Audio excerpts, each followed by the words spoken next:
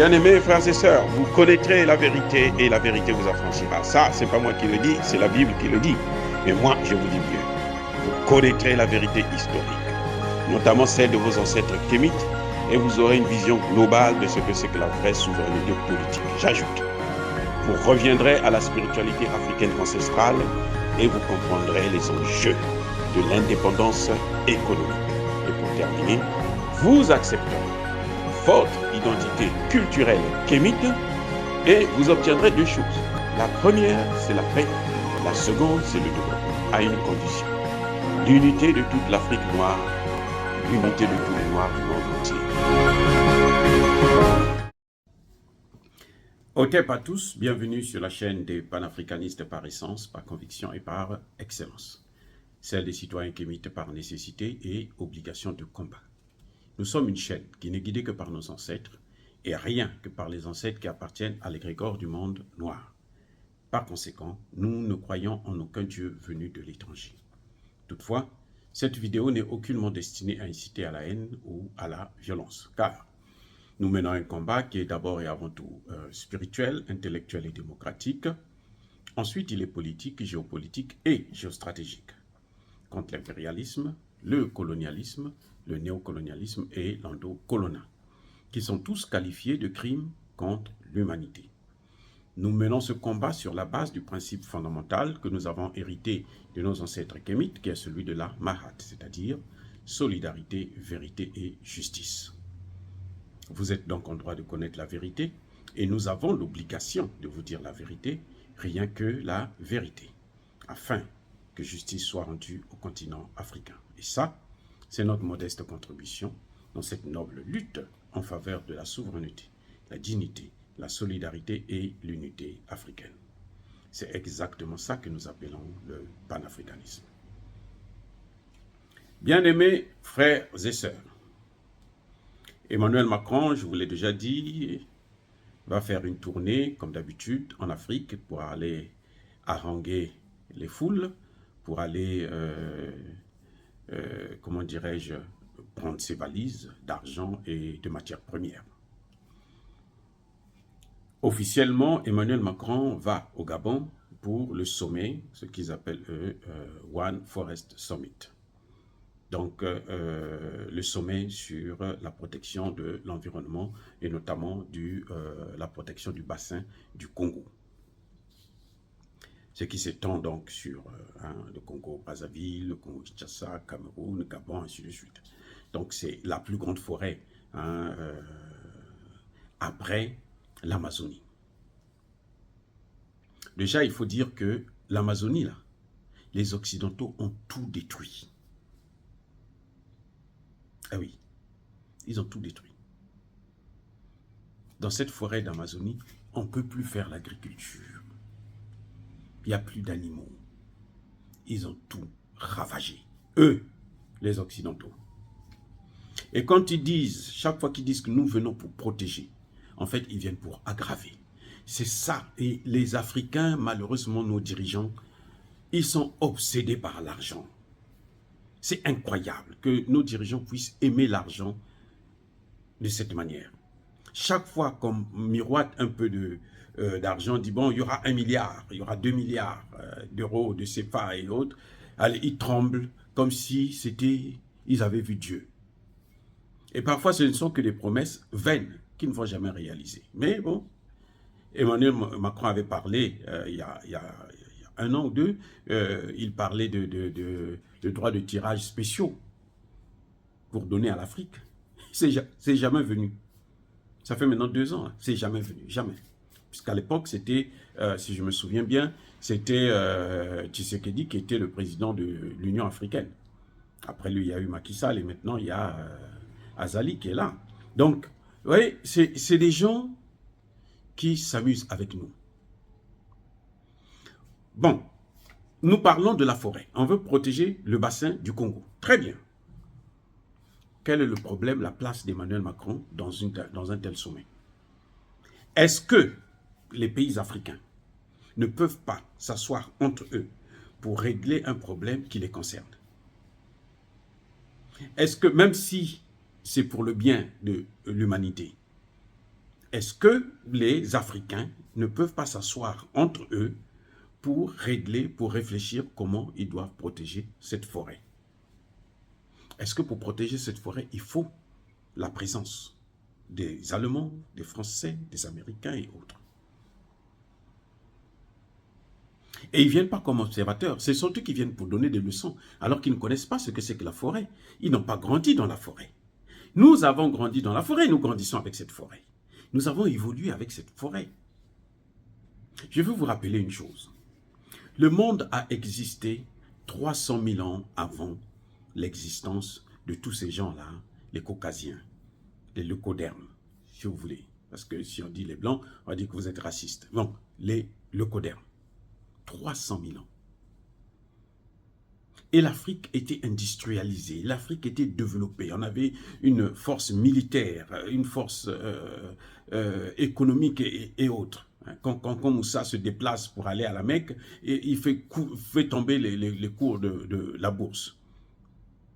Parce qu'on avait l'argent, on avait tout.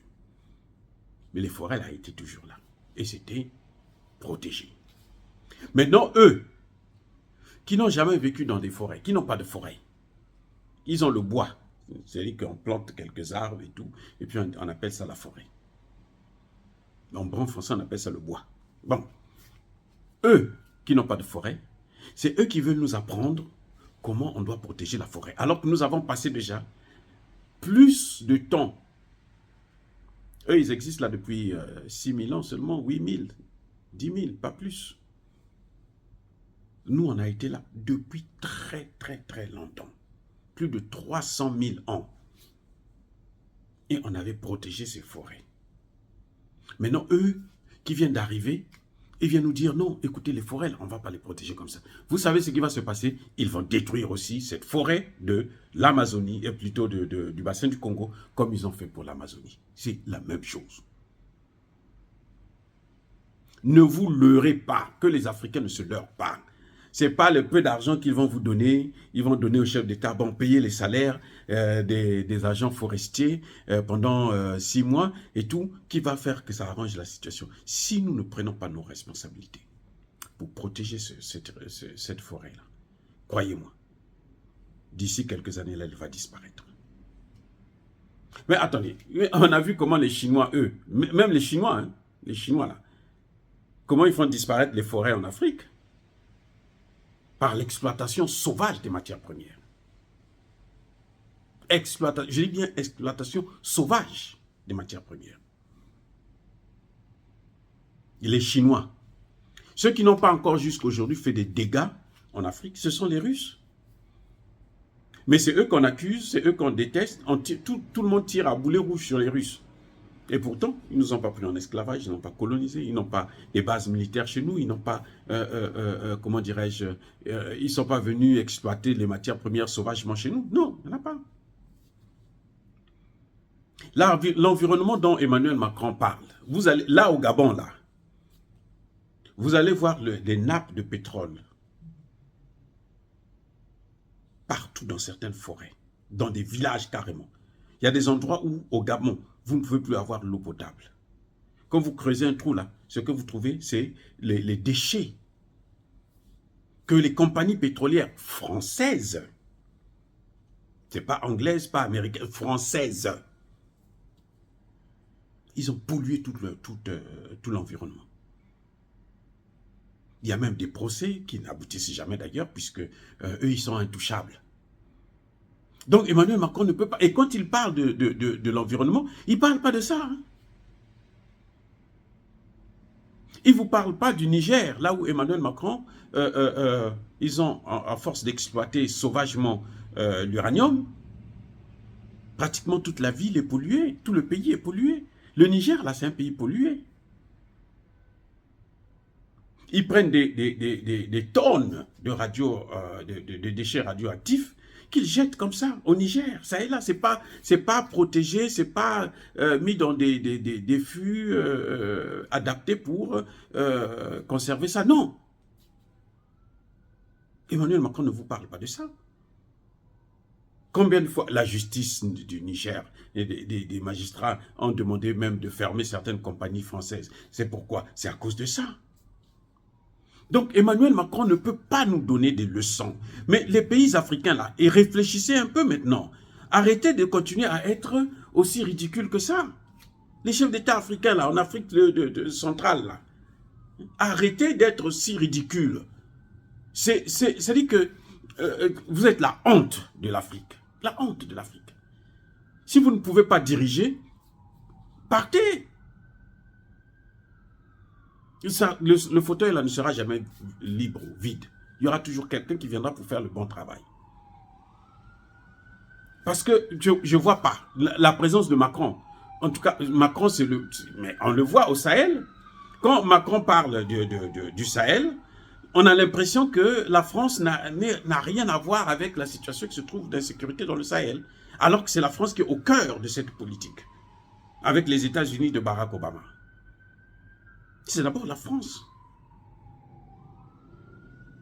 Donc c'est pareil pour le sommet sur la protection du bassin, la forêt du bassin du Congo. Nous vivons dans cette forêt, nous vivons avec cette forêt, nous vivons avec ces animaux.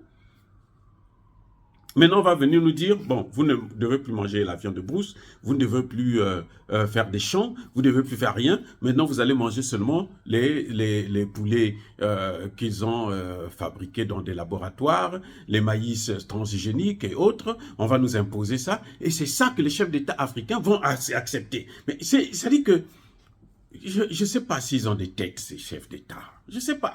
C'est vraiment des chefs d'État. Ce n'est pas des chefs d'État, ce sont des chefs d'État. Parce que déjà, avant même cette affaire du réchauffement climatique, l'alimentation que nous mangeons aujourd'hui en Afrique, c'est quelle alimentation? C'est l'alimentation occidentale. Et depuis qu'on s'est lancé dans cette alimentation, qu'est-ce qu'on a constaté? Il y a beaucoup de cancers. Il y a beaucoup de jeunes filles, même de 10 ans, qui développent des fibromes, ainsi de suite. Il faut opérer, il faut ceci, il faut... Mais c'est incroyable. Ça dit que c'est sous nos yeux qu'on est en train de voir ça. Sous nos yeux, on est en train de voir ça. Comment ça est en train de se passer? Comment on est en train de tuer l'Afrique? Comment on est en train de tuer les Africains? Et des chefs d'État, parce que, bon, on leur en apporte. Oh, l'Europe va donner tant de milliards. Là, ils sont tous là. Nous, ah oui, on a un milliard. Nous, on a... La forêt du Congo, là, le bassin du Congo, là, c'est une affaire des Africains. Les pays du Golfe de Guinée, de l'Afrique centrale notamment, doivent prendre leurs responsabilités. Parce que s'ils ne prennent pas leurs responsabilités, regardez ce qu'ils sont en train de faire là, avec le Rwanda au Congo démocratique, à l'Est, là. C'est quoi? C'est des forêts qui sont en train de ravager, avec le soutien de qui? Mais de ce même Emmanuel Macron. Donc Emmanuel Macron n'a aucune leçon à venir nous donner et les chefs d'État africains ne devraient pas le recevoir. S'il vient, il vient comme observateur. Pas pour venir faire son petit cinéma comme il venait de le faire là à l'Élysée pour raconter sa vie. Il s'adresse aux Français, il n'a qu'à raconter sa vie. Il y a des journalistes africains, des Noirs, qui n'ont rien compris, qui s'intéressent, qui pensent que Emmanuel Macron a dit quelque chose. Moi, je n'ai rien entendu de bon, de sérieux, d'un homme qui veut... changer la politique africaine. Non, rien. J'ai entendu, j'ai écouté un discours rédigé par un con, lu par un con, destiné à des cons. Je répète là, Abdoulaye Wade, c'est pas moi. Abdoulaye Wade, c'est ce qu'il a dit hein, à propos de Nicolas Sarkozy, quand il était venu au Sénégal pour dire que l'Afrique n'est jamais rentrée dans l'histoire. C'est ces termes, hein. C'est pas moi. Donc voilà, c'est malheureux, c'est malhonnête et malheureux, c'est ridicule que les chefs d'État africains puissent continuer à se faire avoir comme ça là. 60 ans après, il y en a qui ont passé 10 ans, 15 ans, 20 ans, 40 ans de pouvoir et continuent toujours à croire les imbécilités des gens, des nains politiques comme les Emmanuel Macron. Incroyable. C'est dit que c'est nos chefs d'État à la fin, ils ne méritent aucun respect, aucun. Parce qu'ils ne valent rien. Vaut mieux respecter encore Emmanuel Macron que de les respecter. Ils ne valent rien, puisque eux, ils sont soumis à Emmanuel Macron. Donc, on va écouter Emmanuel Macron. C'est tout. Dire cela, c'est inciter à la haine ou à la violence. Non. Il y a bas colère V. Et il y en a marre. On ne peut pas continuer. Eux, ils ont été les esclaves. Ils ont fait de nous des esclaves. Et nous n'allons pas faire de nos enfants les esclaves de ces Occidentaux. Non. Nous n'allons pas faire d'eux les esclaves de ces Occidentaux. Je refuse ça. Encore une fois de plus, je persiste et je signe. Soyez bénis par le Dieu des Kémites et par nos ancêtres angélisés. Mais que tous ceux qui persécutent le continent africain, tous ceux qui le pillent et le déstabilisent, qu'ils soient maudits, qu'ils soient punis, qu'ils soient foudroyés, qu'ils soient neutralisés, quelle que soit leur couleur de peau, qu'ils soient noirs ou qu'ils soient blancs, qu'ils soient chinois ou qu'ils soient arabes. Que le Dieu des Kémites puisse régler leurs comptes et que nos ancêtres angélisés puissent nous protéger. Vive l'Afrique éternelle, j'ai dit et j'assume.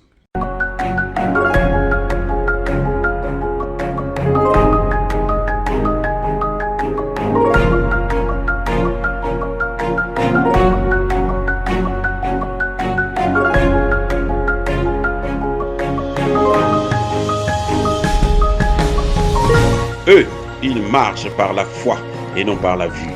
Mais moi, je vous conseille vivement de marcher par la connaissance scientifique et historique, notamment celle de nos ancêtres kémites, par les 5 sens et par l'intelligence.